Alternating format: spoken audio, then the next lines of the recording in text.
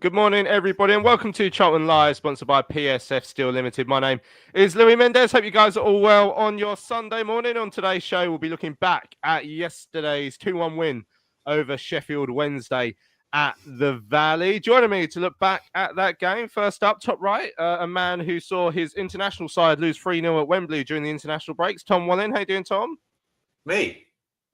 England? I thought England won, didn't they? But... yeah, another win for me to see live yesterday, which was good. So happy days. I'm just glad you didn't change shirts in the while the intro was happening again like last week. Yeah, no, that would have been taking it a little bit too far at this point. We'll wait to see what happens after the advert break, though. Also, bottom right, joining us is Nathan Muller. How you doing, Nath? Yeah, living the drink, mate. Feeling really, really fresh this morning because I didn't have a drink yesterday, which makes a change. There is hope in the world, but yeah, no, all good, mate. Good win. Made hard work of it, which we'll come on to. But yeah, good to see all your faces. Lovely stuff. Well, I'm excited now to hear that Nathan's not had a drink. He might actually remember what like the score in that and what happened. So that'll be good. And also, well, this is exciting news.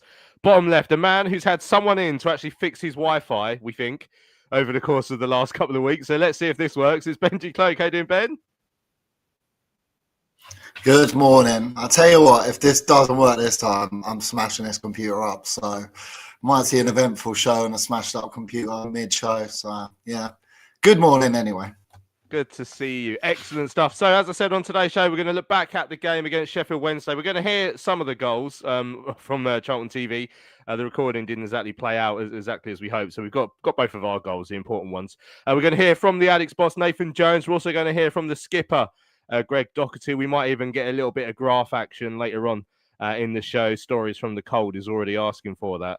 So we also want to hear from you guys as well. Let us know your thoughts on yesterday's game. Mike Salmon was first one in there, said if you think about it, Wrexham were 2-0 up against Sheffield Wednesday and it ended up 2-2, could have been 3-2 to Wednesday, so you got to take the hard-fought win. So yeah, let us know your thoughts on yesterday's win. You can email us studio@charltonlive.co.uk. You can tweet us at Charlton Live, or you can head over to the comment section on our YouTube page and give us your thoughts. Tom, before we hear the goals, harder work than it needed to be, I guess. Sheffield Wednesday had a proper go of it in the second half, but it's back-to-back home wins and another 3 points at the Valley.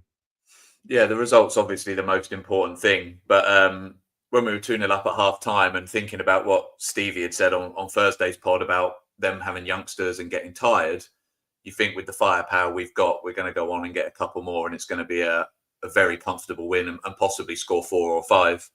But at halftime, I was saying to the guys I sit next to, it only takes one goal from their side and suddenly the game's a very different complexion. And that's exactly what happened. I thought we let them get control of the second half, probably from 55, 60 minutes onwards. And from that point on, I don't think we were quite lucky to win the game from that point on, but we did enough to get over the line. But as that post says, they have come back in other games. And again, it sort of went against what the Sheffield pod had said on Thursday about them sort of tiring and all of that. They didn't. They really grew into the game in that second half. But it's another home game. It's another home win. And, I said on Thursday's show, we should win this game, and we have. And that's the important thing. It largely doesn't matter how we did it. I'm sure we can play better than that, and we know that. And Nathan said the same post-match. But now we go into those 2 difficult away games with the 3 points secured. And we said 4 points from this week would be good. So, it's, again, not a free hit against Ipswich, but we can go there with a bit of confidence, give it a good go, and then go up to Hull and see if we can get some in there as well. So, yeah, certainly not our best performance of the season, but we've been promoted and we've not played particularly well, particularly in that second half, and we've still got the win. So a bit more clinical than we have been, and 3 points, which, as I say, is really all that matters. Lovely job. Right, well, let's have a listen back to the Charlton goals from yesterday's game on Charlton TV. Brownie was alongside Greg and Terry. It's good foot in from Burke, and he's won it back for Charlton. Carey brings it forward, out to Campbell on the left. Campbell, will he take on Iolfer? Does so, cuts inside. There's a little run here from Carey. Carey with a shot, saved, and he might get another go. Carey! And he does, and he finishes superbly. Kept going with his run. The first shot saved. Maybe Horvath will think he should have held it. Yeah, I have to say, I'm going to wax lyrical about the ball through from Campbell. He's not really known for that little slide rule pass down the side. Once he's got his 1v1, he's always looking to drive inside or outside and get a shot or a cross in. and he's allowed to drive inside past Iorfa, and there's a great run from Carey off the shoulder, and it's a delightful little side rule pass down off the inside shoulder, which allows Carey to get that first shot away. I agree with you, Tel. I think Horvath is going to be annoyed with himself that he spilt that back out, but that gives Carey a wonderful opportunity. First strike with the left foot, second strike with the right foot, both on target. One is well saved, one finds the top corner. Charlton lead. Burke's also in there. He prepares to take, swings it in, decent looking delivery, there's a header, and it's a goal for Charlton, and it's Rhys Burke. Delivery's a joke. It's a joke. You won't see any better delivery in the Premier League this weekend, I'm telling you. You might, but I bet me a pound you wouldn't. That is an absolute joke of a delivery, begging to be met. And I said, we just haven't matched the delivery with a run and got away from our man. And on this occasion, Burke has gone off the shoulder, got away from his man, and because of the quality of the delivery, it is simply a header from no more than 5 yards out. Keeper cannot come for this. It's too good in terms of delivery. It's dropping in an area the keeper cannot come. Burke off the shoulder away from his man, 2-0. Rhys Burke's first Charlton goal just before half-time. There we go. Well, a 2-0 win over Sheffield Wednesday, according to our highlights, because the recording did fail in the second half. But Jamal Lowe pulled one back for Sheffield Wednesday in that second period, and they had a real go of it. Ben, you two have moved. That's confused me. They had a real go of it in the second half, and I think obviously the comedy red card will come onto at the end as well. But it certainly wasn't plain sailing, which at half time you thought it might be, because without going crazy, I think we were pretty comfortable and the better side in that first period. Yeah, we were comfortable in that, I'd say 5-10 minutes of the second half. And then it just seemed like the subs just went against us. We call them game changers, but it actually changed the game in the wrong way for us, because I think TC, didn't think it was his best game yesterday, but he does scare defenders where he takes the ball at them. And obviously we saw that for the first goal. But yeah, and then their fans just started to get behind them. And then you look, and I said to my mates next to me, I was like, I remember the Wrexham game, the Birmingham game. They were losing in those games, and they came back in the second half and fought for it. Because look, they've got nothing to lose, have they? And they just gained control of the game. That Max Lowe was making runs down the side and crossing some dangerous crosses in.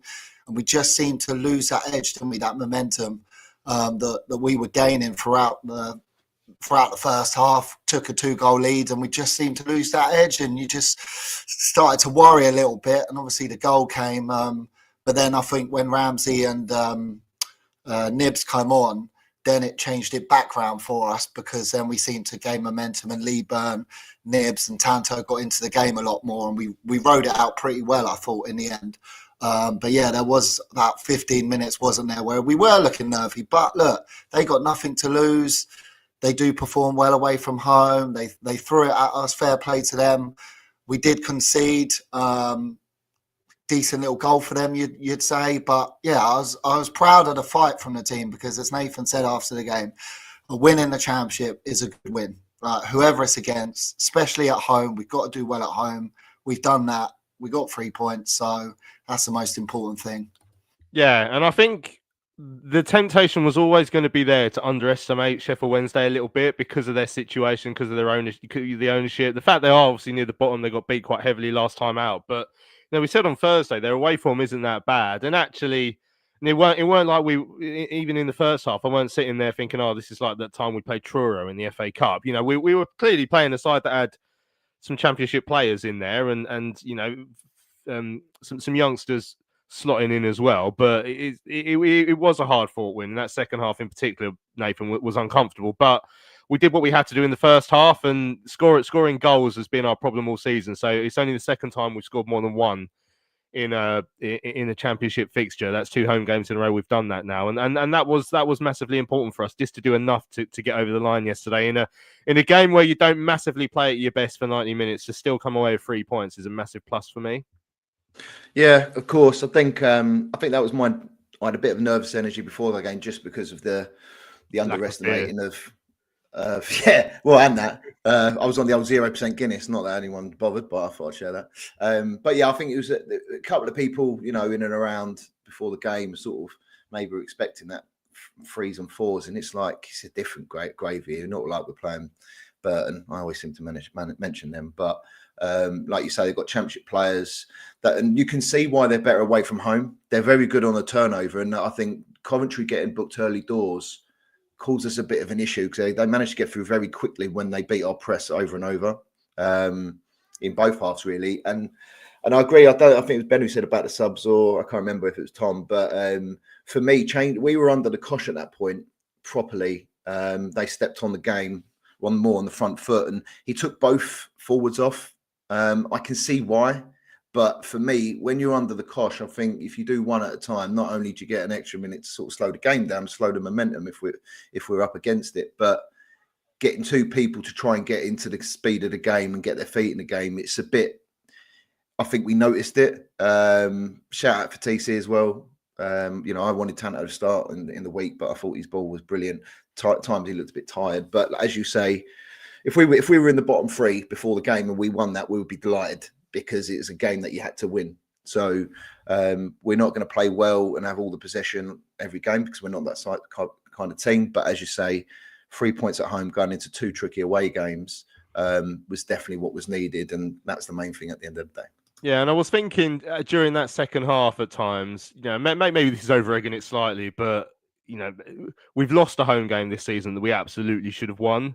And I'm not saying we should have lost anything like that yesterday, but we've won a home game where we haven't played at our very best. So it is nice to see these things even out a little bit. Tom, obviously that Leicester game still hurts, but the fact that we've won a game where it was quite hard fought and we had to work hard for it in the end. And yeah, I was very pleased.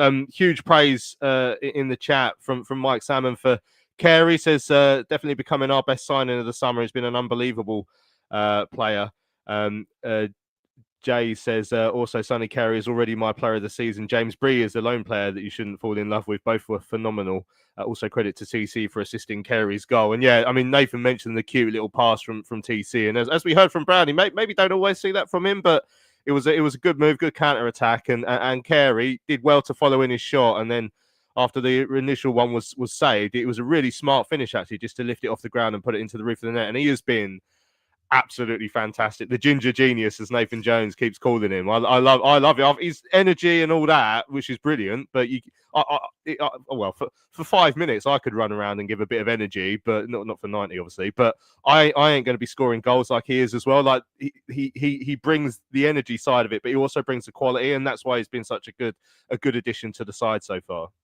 I think even 5 minutes would be a push for me at championship level. But yeah, when we signed him, I didn't really know what to expect. I knew he was probably going to start in that position, but then Nibs comes in as well, and you think, okay, once Nibs gets up to speed, is he going to take that place off him? And I wonder if that's what's pushed Carey. But just from day one in that Watford game, you could see the way that midfield was structured. And I know for the first couple of games, we were a little bit more critical of Doc, and we weren't quite sure how the balance was going to be. But really, you just see Coventry sits, Doc does all those sort of hard doggies in the middle, all that hard running. And then Carey gets on the ball in that sort of final third or latter part of the pitch and just drives the ball forward. And he's done that since that very first game. And we've been crying out for a midfielder that does that a bit more often. I can't even think who the last one, maybe Conor Gallagher, going all the way back there. I know Bowyer was trying to get Jake Forster-Caskey to do it, but he was a different sort of player. But yeah, Carey just picks up the ball, moves forward. He'll either give it out wide and then burst into the box, or he'll just drive forward himself. And the ball from TC was great, but at the same time, it's not an easy chance for Carey. And you expect most of our midfielders to take that ball and probably take it out wide and then try and cut back in or get a cross in. But not him. He just takes it first time, has the hit, and you go, okay, fine, saved. But even after that, he then goes one step further and follows it in. And then after that, he then also controls it well enough to put it into the top corner when, a Charlton player of old would have skied that over the bar. And I think, was it Burke that did that a couple of weeks ago up at the other end of the pitch? So, yeah, he's got composure, he's got tenacity, he's got legs, he runs hard, he's just got everything. And look, I knew he was a good player when we signed him, but I didn't expect him to be as good as this. And as I say, to be keeping Harvey Nibs still out of the team is impressive, not because of anything Nibs has particularly shown, but just because I think with the reputation and the noise around his signing, I expected him to maybe drop in. But Carey's done nothing wrong. There's absolutely no reason to drop him. Maybe he'll get the opportunity to rest him possibly on Tuesday, but Nathan Jones doesn't rotate unless he has to. So yeah, really, really impressed. And when the strikers aren't scoring, and I don't want to sort of bang on about that too much because I think they are doing a lot of work. It's just great to have somebody like that just behind them because they're doing a lot of work for him, and TC proved it in that goal. And he'll take the chances when they come for him, and they're just falling to him regularly at the moment. And that's not a coincidence. That's because he's in the right place at the right time. Yeah, Dudley says that 5 minutes will be pushing it for me out there in terms of, I mean, I've played on that pitch years ago, and it's very big when you get out there. So maybe 5 minutes, maybe 30 seconds would be more than enough. I say that all the time. Ben says, Ben, I was going to ask you about the second goal. I mean, Brownie, it's the second or third time recently that Brownie's just described something as a joke. And this time we saw about the delivery from James Bree for that free kick for the goal from Burke. I mean, the second, I was sort of right behind the free kick. The second that left his foot, you're thinking that is very, very inviting, that one. And Reece Burke still had to do well to lever the header into the bottom corner. But Bree, I mean, what a signing he's proved as well. You know, the goals and the assists racking up for him. And that was just another brilliant set piece from James Bree yesterday. Yeah, I was going to say, talking about jokes, James Bree's been a joke, hasn't he? I mean, who would have ever thought that he would come in and make the impact he has? I mean, I was just looking through the stats there. He's joint fourth in the league for assists already. And that was only, his fifth 90 for us this season. It's just crazy, like how well he's gelled. I know, obviously, he's good friends with Lloyd Jones. He's played with a few of them before at Luton. But, yeah, brilliant cross in. I love Brownie's noise there, actually, as Bree crossed it in. But it was on a plate for him, wasn't it? It was on a plate. Great header, though. Heads it down. And just scoring before half-time like we did just felt like we just needed that cushion there to kind of satisfy us enough to think, yeah, we know when we take the lead, we very rarely give the lead away. But as I said earlier, with Sheffield Wednesday coming back in the second half, as they have done lately, we are wary of that. But yeah, it was great to get that goal when we did. Great cross, great header. We do have quite a bit of height there from corners. We know Mac is so good at heading. Obviously, he scored last home game with a header. Lloydie's there as well. And yeah, I think Reece Burke got man of the matches on a few of the stat websites as well. I thought he had a good game yesterday. Thought he did well aerially. And yeah, nice to have. I mean, last season, we'll go on to talk about the strikers, no doubt. But last season, we shared the goals around the whole team, didn't we? Nearly every player scored a goal. So it's nice to see a different scorer pop up for us yesterday. Yeah, it's weird how we're sharing the goals around for everyone apart from the strikers this season. That's our new plan. But yeah, we're definitely going to talk about strikers. There's loads of chat in there. And just come on to the second half then. Nice. So obviously they got their goal back on about 21 minutes from the end. They'd had a header from Ingleson sort of before that, but yeah, once that goal goes in, that was very, very uncomfortable. It was Jamal Lowe. I mean, again, Nathan Jones mentions it in the interview. I mean, Jamal Lowe's been a quality player at League One and Championship level for years. You know, I remember, I think Portsmouth, who played against us, I remember thinking he looks like a real live wire. So there are good players in that team, which is why they are able to put in performances that we saw yesterday, which would give their fans a lot of heart, despite the bad things that are going on at their club. But yeah, it was untidy from us in the second half, and it was just flat. Like I think when TC and Kelman went off, Leeburn and Alafe took ages to come to life, and it just didn't allow us to ease any pressure for that. I don't know. It felt like maybe a 20-minute spell where we just couldn't seem to get out of our own half. Yeah, exactly, and that's what I was saying earlier. Like we looked a bit. Yesterday I said we looked rusty. But that was the first half as well. I'm not going to polish over the first half, and just caveat is obviously the 3 points is the main thing, like I've already said. But I think when the subs, we were camped in, and then obviously you had Tanto and Miles that were quite deep, and then we couldn't get out. So it took a while for, as you say, to them to get in the game, and that's in fair play to Sheffield Wednesday. For all they're going on at the moment, I didn't expect them to be as confident as players well they did yesterday. I'd admit that. And I thought that, they weren't fortunate to get that goal. I thought they deserved the goal. And I think the whole day yesterday, even in the first half, usually when we go 1-0, 2-0 up, I'm usually right behind the ball, solid as nothing's coming through. But yesterday was the first time in a while where I felt really uncomfortable. And that was the whole of the second half. It weren't because, it was the last 5 minutes and they were chucking everything. Up until the sending off, I was still really uncomfortable, which is very weird. And then I thought, well, maybe they're tired, but we had a couple of weeks off. So again, are we a little bit too relaxed, or was there a bit of a hint of complacency in the crowd and the players going, right, 2-0, bottom of the league, game's over, let's just go through the motions? And I knew we was probably feeling it a little bit when we started time wasting. Do you know, these are time wasting in the corner, but very uncomfortable. But listen, we got through it. As we've all said, we're not going to play well every week. We're not going to 70% possession against teams. It's not going to happen. But yeah, it was uncomfortable, but we all go back to the same thing. We had to win that game yesterday. I know we tried playing it down a little bit on Thursday, but looking back on yesterday, I know, everyone has a master's degree in hindsight, but looking back at it now, it is a big win considering what we've got coming up. Yeah, I checked the record books at full time yesterday, and it said Charlton 2, Sheffield Wednesday 1. Didn't say anything else, and that was the biggest thing. Luke said easy to say now because we won, but I never really felt like they would get the second. We rarely drop points from winning positions. It's very un-Charlton-like. I mean, in terms of actual chances, they had the Ugbo header, which he didn't seem to connect with properly after the goal. So in terms of actual chances, I don't think they created much still, which is still a feather in our cap. As Luke says, that's what we do. Even when we're under pressure, we don't give up too many chances, but we felt like we were more so under pressure than we normally are yesterday. Nathan mentioned it there, my favourite bit of yesterday's game, the refereeing. So about a couple of minutes before, Nibs has gone down on the edge of the box, and it looked, I ain't seen a replay, but from where I was in the West Stand, it looked like he was taken out, and the referee put his whistle to his lips and then sort of changed his mind. So he played on. I thought that's a strange decision there. But the referee maybe he'd taken a vow of silence in the last 5 minutes of the game, because he also decided not to make a decision when Horvath, the goalkeeper, decided to murder Tanto Alafe just outside the penalty area. So it was a lovely ball over the top from Doc. Tanto's got there. Tanto, when he actually came to life yesterday, like I say, it took 10, 15 minutes, but when he did, that was Tanto. Again, running, energy, a nuisance, and he got there before the keeper. The keeper sat on his head. Like, I've never seen. It's like someone said earlier in the chat. Is the keeper's name? Is it Schumacher, that German keeper that did it to someone years ago? And the referee decided us to play on. It was fair challenge, 50-50, went for the ball sort of thing. And the only reason the game got stopped, I've watched it back, was about 10 seconds later, because the goalie's faking injury because he thinks he needs to pretend to to be hurt so he doesn't get sent off.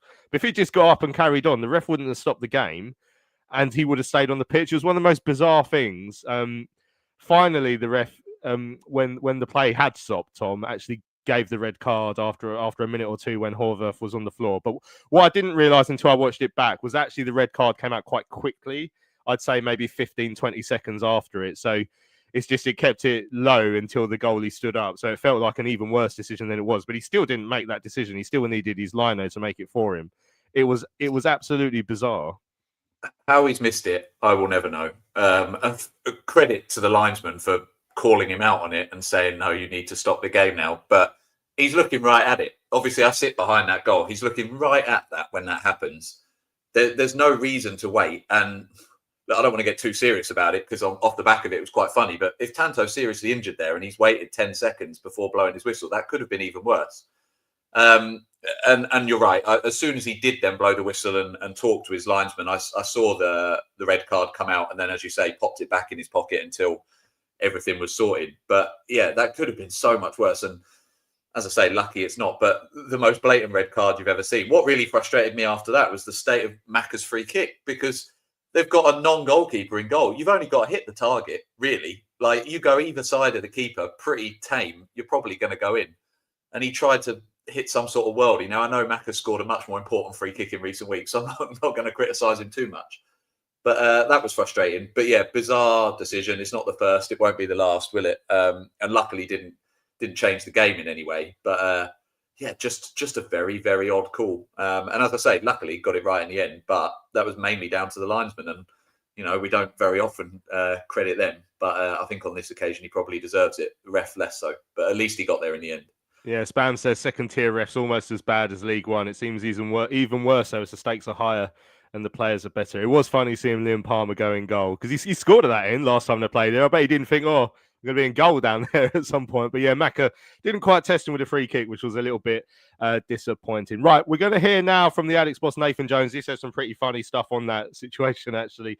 And yeah, this is me chatting with him after yesterday's 2-1 win against Sheffield Wednesday. Nathan, a win against Sheffield Wednesday today. How did you see it? Well, first and foremost, delighted that we won, because you come out of these international breaks and you never know what you're going to get. You know what I mean? People have had 2 weeks off. You've had internationals that travel around the world. You never know. I thought first off we were good. I thought we scored 2 goals with a little bit more sort of killer instinct. I think we scored more. I mean, Charlie's had 2 real situations where he could score. Breeze put in some wonderful balls that we, again, could score from. But I thought, 2 was at least we should have had. Then we warned them at half-time, because we watched them, a number of times. They've been 2-0 down twice, come back to 2-2. In the Wrexham game, they should have won 3 and 4-2.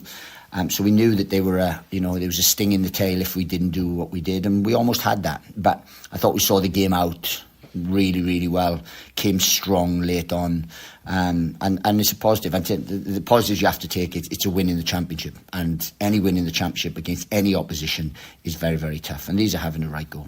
Yeah, you can see they're clearly playing for the shirt in the second half, the Sheffield Wednesday players, because they put you under a little bit of pressure in that second half, as you said. They put us under a lot of pressure, and I look, and if I'm going to be really critical of us, I would like more control. I'd like us to have gone on and got a 3rd goal and so on. But this is football, this is professional sport, and this is the Championship. And with the greatest respect, I know they're going through a lot of troubles and stuff, but they've got some real good Championship players. I mean, Jamal Lowe, Barry Bannon, Ethan Horvath, Dominic Iorfa. These have all played. Jan Valeri. These have all played in the Championship for a number of years. So they're not novices. It's just they're going through a tough time. But they are having a right go for it. A credit to the manager, a credit to them, and let's mention their fans as well, going through what they're going through to travel 3,500 away from home shows that there is a proper football club there. And 23,000 fans in total here. I was just looking through your home stats since you've come, and it's 3 defeats in 35 now at home, and you can see the crowd are appreciating with the numbers they're turning up in. Well, look, what we said to them is they'll have a side that they can be proud of. They think, now, we don't play well second half, but we didn't stop working. We stopped grafting or looking for the 3rd goal or doing the basics. And that's what they have, We're difficult to beat, and that's what we are. Can we get better in possession? Can we create more? Can we be more fluid? Can we be more dominant? Yes, but that's the evolution process we're going through. And look, I will take 3 defeats in the next 35, whatever it is, 33, 35 games, again, because that will ensure that we're in a wonderful place. It's a bit of an unusual ending to the game with the red card for the goalkeeper. Can you talk us through how you saw it from where you were? Because it seemed to take a while for the decision to be made. You'll have to ask the officials that. I mean, I thought there was 2 immense. Football's difficult to referee and difficult to thing, and people come together and people fall over, and it's subjective whether there's a foul's given or not. But there was 2 clear. I mean, Nibsy goes through and it's a foul. He's got an opportunity to score, and Nibsy's prides himself on scoring goal, and then brought down, nothing given. And I don't think. I might be correct, but I don't think the referee's actually given it. I think the linesman's given it. And with the greatest respect to a difficult job, that is one of the easiest decisions you will ever get to see in the world. Not football, not thing. He's touched it round him. He's wiped him clean out. You will not see an easier decision in the world than that. What was the conversation you had to have with the 4th official? Because it did seem to be forever before they actually decided. I couldn't believe what I was saying. I was using words or adjectives to describe certain stuff. But look, finally they got to the right decision, so praise the Lord. Someone was switched on out of the 3 or 4, which is good. But if he wants to talk, I could go in and say, I would like to understand his thought process on it. Because, you will not see an easier decision to make in the world of football. Barring he clubbed him over the head with a baseball bat, I do not think there would be an easier decision in football. Just a special mention again for Sonny Carey. It's the 3rd goal he's got in 3 home games here, and he's looked really lively since you picked him up on a free. We forget sometimes.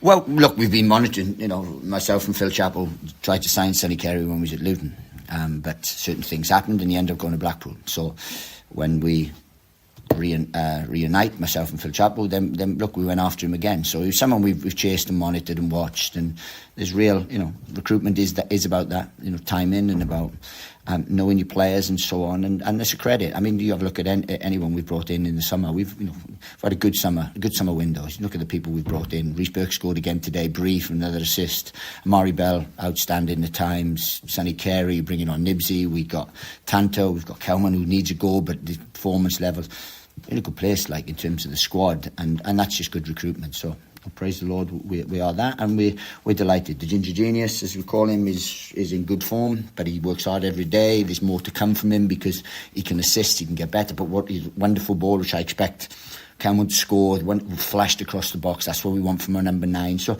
Sonny's in real good form and contributing. And as you said, we want outcomes from our attacking midfield players, and he's certainly given us that. Just a very quick turnaround to Ipswich. I mean, after the Preston game, you said maybe you could have freshened it up before that. Does that change now you've had a couple of weeks off? Well, no, we'll freshen it. We've got 2 games this week, so it's not just the Ipswich game, but we've got, Hull as well. So this week, they won't be the 3 starting 11s, same starting 11.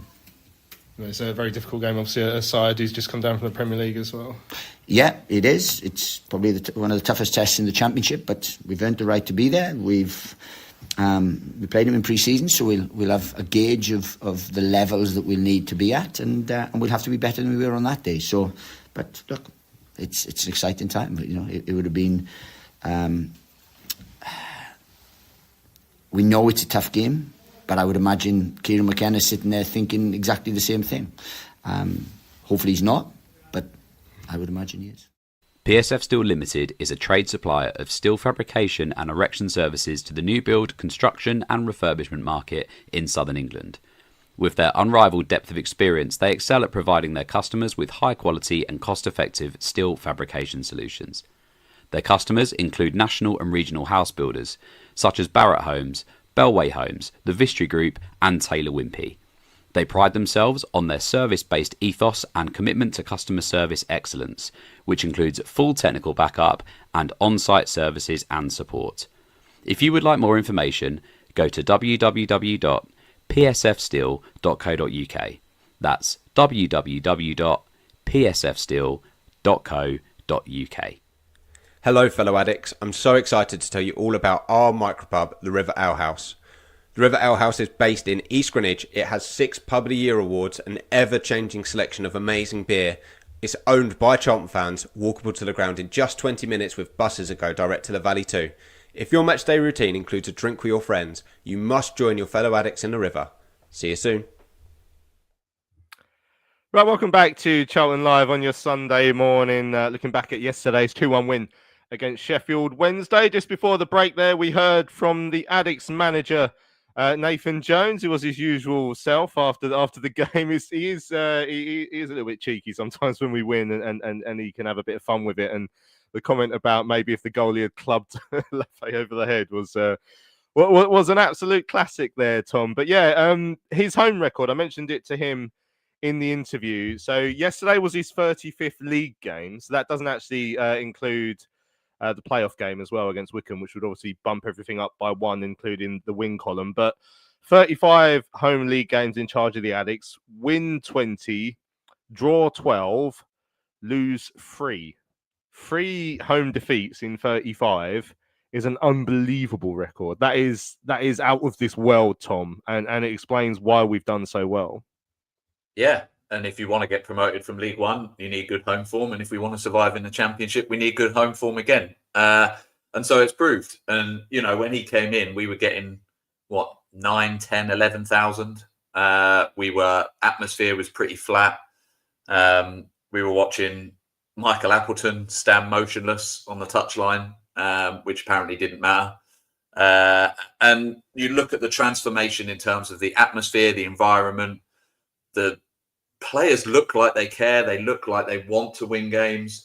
You look at the way Doc is just constantly geeing up the fans and doing all of that on the pitch as well. And the numbers speak for themselves. I think if you play nice football and you win games, and maybe more importantly, but certainly for some people as importantly, if you just want to go, like I now look forward to going and seeing the boys I sit next to. And even if we do lose, like the Leicester game, you go, okay, fine, let's go again next week. But there were times where we were dragging ourselves along to Tuesday night games in League One. I'll use Nathan's beloved Burton again as an example, where you just don't want to be there, even if you do get a little scrappy 1-0 win. So yeah, massive credit to Nathan Jones, and I'm not going to speak for him because he says this enough about us, but he had fans on his back and he's had the pressure at times, and he's rode that wave, and he's asked fans to be patient with him, and that he would give us a side that we can be proud of, and I think they're proving that on the pitch. So yeah, I mean, that was one of the bizarrest interviews I've ever heard him give, and he's given plenty. But yeah, he's right. He deserves so much praise. And let's not forget that when we go away, it's not saying that when we never win games away either. He sets the team up well. We are hard to beat wherever we go. We do the basics well. All that other stuff that he says time and time and time again, but it's true. And yeah, look, I love him. I couldn't believe it when we got him. I thought it was a higher caliber of manager than we could ever expect to get in League One. He obviously had a bit of a difficult time, but he's come through it, and I'm just delighted. And yeah, I just think possibilities are endless with him. If he continues to get backed and continues to garner this sort of spirit we've got around the club, I'm not saying we're going to go up this year necessarily, but I think over time he could really continue to cultivate something good here. Luke says, poor Burton catching constant strays on Charlton Live. I mean, they're going to be even more upset with Nathan now because he obviously has single-handedly funded their brewing industry, which the city is famed for. But now he's on the Guinness Zeros as well. I mean, there's going to be widespread poverty around that part of the world, unfortunately. Right, Ben, I know you've been buzzing for this, as has everyone in the chat. It's graft time. So 10 games in now is the point in time where we can take a legitimate look at how we've been faring so far on a points per game ratio. We've hit 1.5 points per game all season after 10. We're on 15 points for those of you who can't do maths. So how does that sort of track across the course of a season? That would get you up to 69 points. Now, I still think the most important line at this moment in time is the one down the bottom, which is 44 points. That's the amount you need to stay up over the last 12 years in the Championship. So as it stands, I mean, we can barely see that line. We're so far past the line. The line is just a dot to us, for those of us who like Friends. But the playoff line, 73.8. I mean, we're not far off that, Ben. It's early stages. But as Isaac says, basically we're going up, Ben. All we got to do is just up the average a little bit more, and we will be in the Premier League this time next year. He sounded like Del Boy then.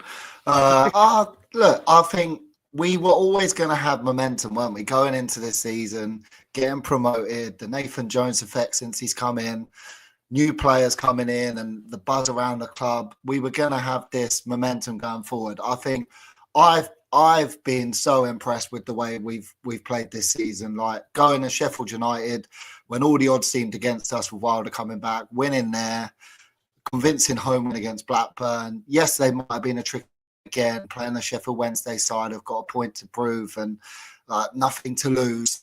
And we turned up, we've won again. Our home form, as we've spoke about with Nathan Jones at the club, has been brilliant. It just all feels so good at the moment. I think looking at the Championship table as a whole, you think, there's a few teams in false positions. Your Sheffield United, your Ipswich, your Norwich, Southampton, all below us at the moment. We'll probably get a run together soon, but we just need to take care of ourselves, and that's what we're doing. And as we've said all along, the home form, but away form's been okay as well. Like we've turned up in every game, barring like bits of QPR and the Preston game. So yeah, it just feels so good at the moment, doesn't it? I echoed Tom's words of you just feel good going to games now. You don't have to drag yourself there and look for positives like, I can have a drink and meet up with my mates. You're actually looking forward to seeing the football we're playing. So yeah, and Nate struck it there as well. It was like yesterday we kind of went to the corner flag to see out the game, and we don't really do that. We're still attacking for more goals a bit more as well. So I think, 10 games a marker. We are 9th in the league. We're a couple points off the playoffs, dare to dream. But I think let's just make sure we've got 2 tough away games coming up now, that we just keep this little good feeling about the club going, and just hopefully get a couple of points over the next 2 games. Dare we win as well. going against two sides that are destined. Well, Hull have started the season well, and obviously Ipswich haven't. But yeah, it's good fun, isn't it, at the moment? And whoever would have thought we'd be thinking about going to the Premier League? It's just mental to think, isn't it? Yeah, it freaks me out, to be honest. Like, I feel really uncomfortable when I feel like I'm talking above my station when we talk about the Premier League. That was the olden days. I was listening to Radio X Naughties the other day, and that song by U2 that was the jingle for the Premier League when ITV came on. I felt so nostalgic. I was like, that's when we're in the Premier League days. Wearing this shirt that I'm wearing, actually. And I suddenly thought, like, hang on a minute, that could be us again next season. What's going to be our jingle for when we're in the Premier League next time? You know, what's the most famous song at the moment? It'd be someone by some artist I've never heard of, Nathan, that you've probably heard of. Lily says that the Graph needs its own jingle as well, which I agree with. I'm gonna set that one up and have some fun with that. Right. Well, let's talk about the big screen. Let's get that out of the way. Nathan, what did you make of the big screen now you've seen it in all its glory? Is it everything you hoped it would be, or do you want to burn it? If Gavin's in the chat, I think it's the best thing we've ever done, to be honest. So, to be honest, I said on Thursday I wasn't going to be kept up all night on Friday night thinking about it, and I wasn't. And I came back and I didn't lose any sleep when I got home. Like it shows the teams, it shows the minutes, shows substitutes. It's nice, I guess. But yeah, I don't really know, mate. I didn't expect that question to come, to be honest. I thought something else was coming. But yeah, we'll talk about screen. Yeah, great little plasma. Great little thing. It's different. The one in Preston, though, I heard that there was like a little, just a TV in the corner with the scoreboard on, which I've never seen before, like a little tiny one. But at least we've got a bigger one than Preston. Screens, that is. Yeah, I was going to say. Well, it's being operated from Preston. If anyone who wants some boring information for you, the person who operates it sits in Preston. They'll probably see it from there. Yeah, Isaac's saying, where's the rest of it? When's it being finished? But Dean says, I'm eating humble pie this morning. It looked good. Isaac did say, I think they said you couldn't see the goal highlight properly. That's the only thing I noticed is I didn't look at the screen much for replays. But when I looked at it, it didn't look like the picture had been fitted into the screen, if that makes sense. So I suspect they'll have a look at how you do that. Price says, I couldn't stop thinking about the big screen all the way home. That was my report on Radio London. Yeah, finishes here. We're trying to go do big screen. I don't know what the score is because it's showing a replay. I don't know. Like, it's the big screen. It did the job overall. Sam said it looked better than it did in the images. So there we go. I think we've drawn a line under the big screen. Let's say if it blows up in 3 weeks' time, then we can say maybe we'll get a new one. But so far, so good on the big screen. Tom, let's have the debate then that a lot of people have been having in the chat about the striking situation. So we're 10 games in now. No goals for Tyrese Campbell in the league. No goals for Charlie Kelman in the league. Looked like he might get one yesterday when he had that poor back header from Otabago that he sort of jumped onto. But then the defender, to be fair to him, did well to get back and block the shot. But then there was this other one that Nathan Jones mentioned across from Carey where Kelman had dropped back for the pullback, but he wants his striker to be 6 yards, and there for the tap in. So no goals for him yesterday. Tanto's got one goal. Lee Burns got a goal in the League Cup, but not in the league, of course. Jay said, our strikers are contributing with assists or goal involvements. Not worried as we have goals across the squad. Kelman had a great chance. If he stayed on, he might have had another one. Jay Duran says, he's giving the weird usernames again. Apologies if I'm reading out weird names. Strikers creating space and pressing well, but the final product just isn't coming. If we sharpen up and that finishing touch, maybe Tweak, who's playing up front, I'm sure we'll start turning those pressure into more points. Alan says he just wishes the strikers could get going. I thought it was notable that we looked worse when they both came off for a spell yesterday. I thought it was notable that TC was clearly involved in the opening goal. Charlie maybe a little bit quieter in terms of his link-up play. Yes, I don't remember seeing as much as him yesterday, but had a couple of half chances. But they ain't scored still. And I feel like this is going to be the same debate we have every week until one of them scores or both of them score. I think so, but yes, and it's right we have this debate each time, but I'm also tired of having the debate because we're 9th or 10th in the Championship. We've won more games than we've lost. We're playing well. We're scoring goals across the team. I think we said at half-time, again, the guys I was sat next to, we said if TC comes off and Tanto comes on and Tanto scores, then I can see him starting to maybe take that place off TC. But But as Nath said earlier, bringing both of the strikers off at the same time and chucking the other two on it didn't work yesterday. And I just think every game that goes past, Kelman and TC are just getting a little bit better every time. Thought TC didn't have his best game yesterday, but got an assist. I know it won't count as an assist, which is stupid, but he literally did assist Carey's goal. And Kelman had that big chance down the other end as well. So I think the work they put in, I think the movement, I think the fact, as we've spoken about a few times, that away fans are constantly referencing how scared they are of TC. I think the space that Carey keeps finding is because those strikers are dragging them out of position. I just think they're working and they're doing a lot right. And okay, they haven't got the end product, but other players have, and they've scored goals, and it will come. I think if we were bottom of the league and we'd scored one goal all season and it was a fluky deflection or a header from a corner and that was it, we'd be having a very different debate. But the side is working. So I'm like you. I just want to give them time. And the longer that it goes on, the opposite part of that is the whole insanity quote, right? You do the same thing over and over and expect different results. At some point, you have to give that up. We had it with Gassan last season. See you, Ben. Clearly, he doesn't agree. But yeah, we had it last season with Gas, didn't we? Where he kept playing him and kept playing him. And at some point, we had to go, right. And I think it was an injury that he went out, got and came in, and that changed it. But I like what Kelman does, and I'm sure he'll come good. TC, I'm continually battling over TC Tanto, and I agree with Nath on Thursday about him starting. But I just think if other players and teams are scared of him, then let's just keep him in. They're just getting better week in, week out, and it will come. You know, it will come, and we're fine. We're doing fine. The graph shows we're doing fine. So we need to talk about it, and I get it, but it's frustrating because I think they're just doing so much good work. Yeah, well, Alex said I felt like Kelman finally got his chances yesterday, but confidence is low. The whipped ball he didn't gamble on for a tap-in had Nathan Jones raging on the touchline. Rustos says we need our strikers to do their bit, and let's be honest, we have a great mid-championship side, which is perfect for the first season, but we need to sort out the striker situation. He says it's a shame about Apter not getting a look in as well. Dean says don't underestimate Kelman's hard work, and Mark said whilst it's nice to be positive, the reality is it's now 10 games. There's only been one goal from a striker. Kelman, his confidence is on the floor and he needs a rest. Price would like to see Kelman with Leeburn or Tanto, and Spamfish pointing out that TC always takes up two defenders. So yeah, I mean it's a tough one, isn't it? Because I mean you don't expect different results, change insanity and all that, but also I don't want different results because we're winning games. So Ben's disappeared again. I want a different result from him. Alan says it will come.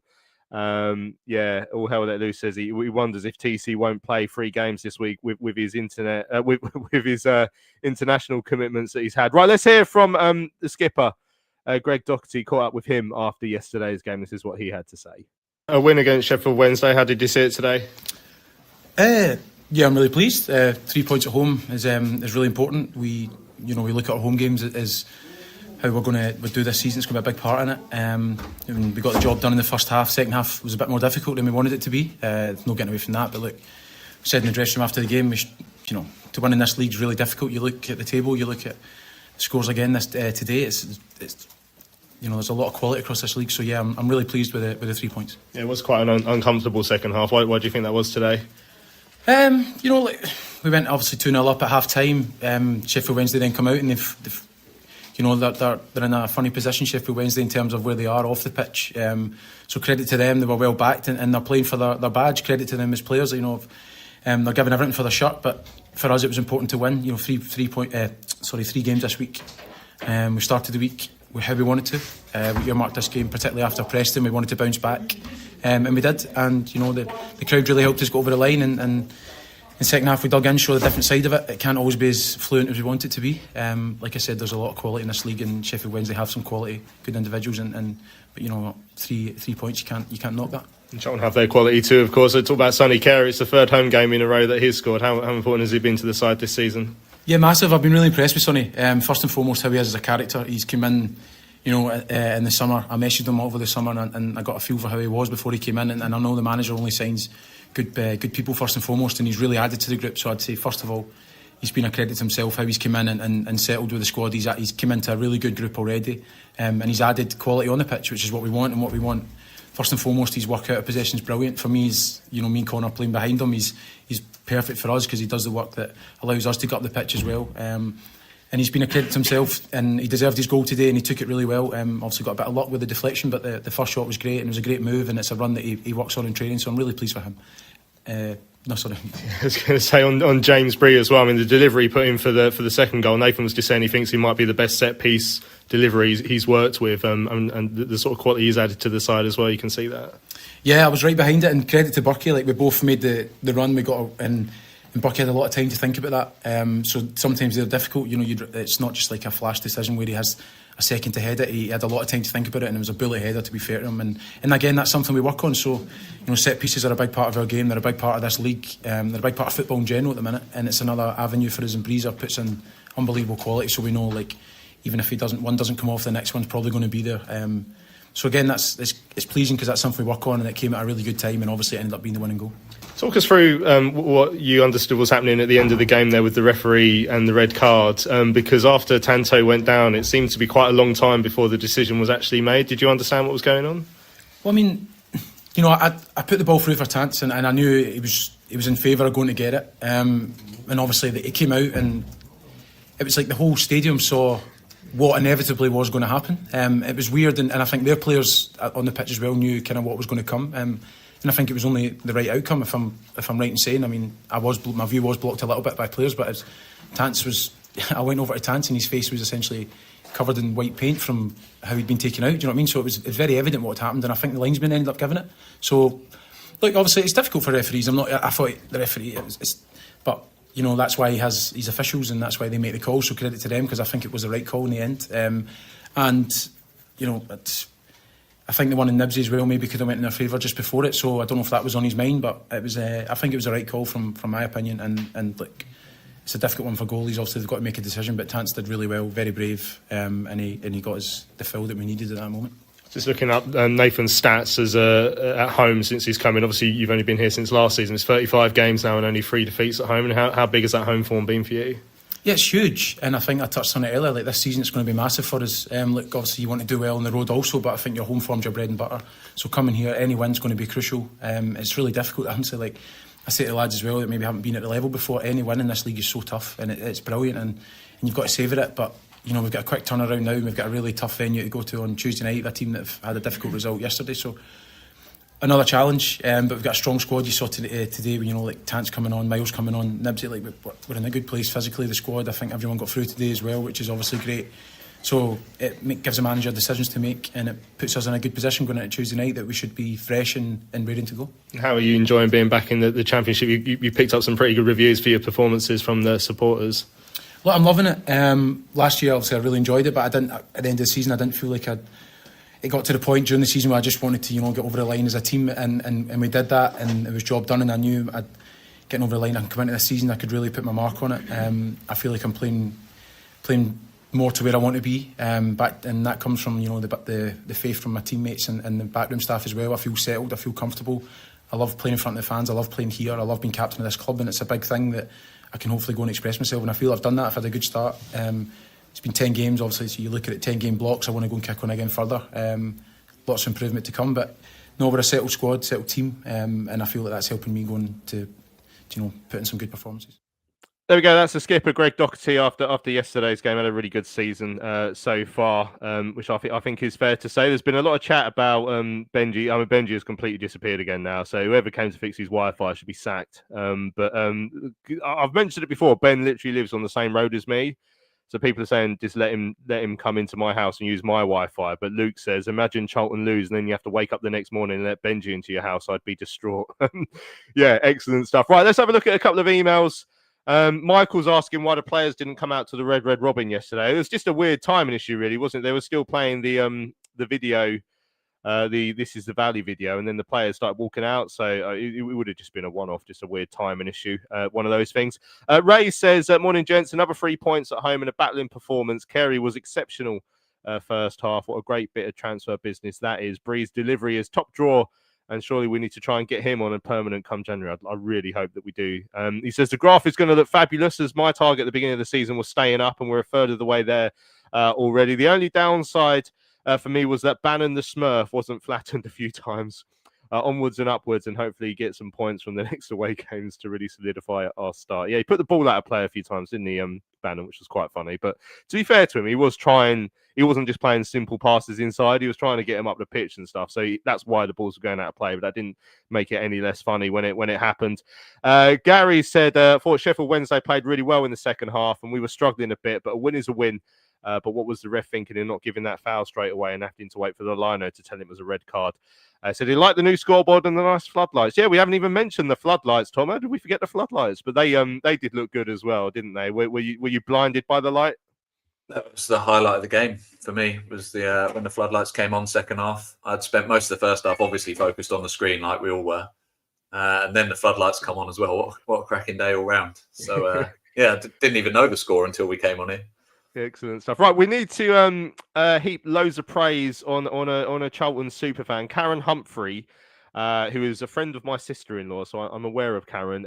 Yesterday reached 800 consecutive Charlton competitive games attended home and away. 800. That's an incredible turnaround. This email is coming from Paul. Says it's a positive story of loyalty and commitment to the club, especially as incredibly she also travels many miles to each game from Swindon, where she lives. She sits next to my sister-in-law, as Paul said in the Alan Kirbishley stand. Yeah, excellent stuff. So yeah, it was really good work by Karen to keep going home and away. Real super fan stuff. I see away games quite often. As I said, she's a good friend of my sister-in-law, so I know she's been going for years. Right, Nath, let's look ahead to Tuesday briefly. In Nathan's interview, he was sort of joking that he hopes that Kieran McKenna is going to be underestimating us, but he knows he won't be. Funny start Ipswich have had, because I guess when you come down from the Prem, everyone's expecting you to go and walk the division. Doesn't always turn out that way, I think, as Southampton has found out as well. But ain't going to make it any easier on Tuesday. They've won their last 3 home games. They're unbeaten at home all season. They've not been as good on the road. Lost at Middlesbrough on Friday night. But yeah, big game for us, and hopefully a chance to try and lay to rest some of the ghosts of that 10-0 aggregate score we've had over our last 2 visits there. Yeah, we haven't had too many good visits there, have we, really? But yeah, but it's another tough game, like every game is. But obviously with the quality of the squad, and obviously I know they're not climbing up any trees at the moment, but I'm sure that will come. They'll be in and around it, no doubt. But it'd be interesting what Nathan does, how he's going to change it. I can't imagine they'll play the same 11. The interesting one for me is that left-hand side, because I don't know if Bell's going to be able to play 3 games in a week. So, you know, is that Hernandez going to get a game at some point? But it's quite risky going to Ipswich. Does Kane go there? But I don't know. So be interesting. But, you know, we've got as we've already said, most of the time we're really good behind the ball and we're solid, and we just try and nick one of those goals away from home. So yeah, it's going to be a tough ask, but most away games in this league is. So yeah, going to be interesting to see how that goes. And then obviously against Hull next week, which we'll come to on Thursday, obviously. But so we've got 2 tricky away ones, and hopefully we can get something from the game on Tuesday. Yeah, I mean, I'll be happy with 2 points from this week, to be fair. Like, I think that would be a good return. Obviously, Tom, the 6-0 defeat, I don't know if you went to. You definitely didn't go to the 4-0 defeat, because that was your wedding day. And we came to the game and then came to the evening of your wedding. And you were there just moping around, and you said, that's just totally ruined the day for me. I don't even know why I bothered getting married. When obviously, because all my family support Ipswich, so when the fixtures came out, it was like, oh, typical, it's on the wedding day. And then obviously being my wedding day, I forgot all about the game until just before Amy came down the aisle and someone went, oh, you're 2-0 down. I was like, oh, good, thanks, cheers for reminding me of that. And then obviously got ribbed a lot in the wedding speeches as a result. But yeah, look, for personal reasons, it obviously means a lot more than most games because of all that family connection. But I think go there, as I said right at the start of the pod, it's not a free hit at all. But we can go there in confidence. We've got the win that we wanted out of this week, or the win that we would have expected to get out of this week. Go there, make a few changes, give it a good go. You know, if we lose, don't get too worried about it and don't get too down. But, you know, they're not in brilliant form. They were losing to Blackburn until obviously what happened. Lost against a good Borough side on Friday night. So I think we can definitely get something, and we've got to go there thinking we can, because if not, we're just going to roll over and let them do it again. So yeah, I'm not confident of 3 points, but I definitely think there's a chance we could get something. Yeah, Paul says we have an infinitely better team and squad since the last time we were at Portman Road. Yeah, If you're ever feeling too happy and too content in life, watch Scott Fraser's tracking back for one of those goals, and then you'll be fuming, absolutely fuming, as I was that day. Anyway, right, let's leave it there before I've wound myself up for absolutely no reason. Thanks to everyone who's joined us listening to the show this morning. A 2-1 win against Sheffield Wednesday. That's what the record books say. That's all we need to worry about. So the Addicts made it back-to-back wins, and that's what matters. Massive thanks to everyone who's joined us. Tom and Nathan, an absolute pleasure as always. Cheers, lads. Cheers, fellas. Yeah, lovely stuff. Don't forget, subscribe to our YouTube channel and wherever you see your pod. Check out charltonlive.ac.com for all your early Christmas presents. I need to wish Andy a very Merry Christmas at this early stage of the year as well. He'll understand why. But yeah, I'm Louis Mendes. This has been Charlton Live, sponsored by PSF Steel Limited. We'll be back on Thursday evening, 7 o'clock on YouTube, when we'll look back at the game at Ipswich and ahead to next Saturday's trip up to Hull. We'll see you then. Charlton Live.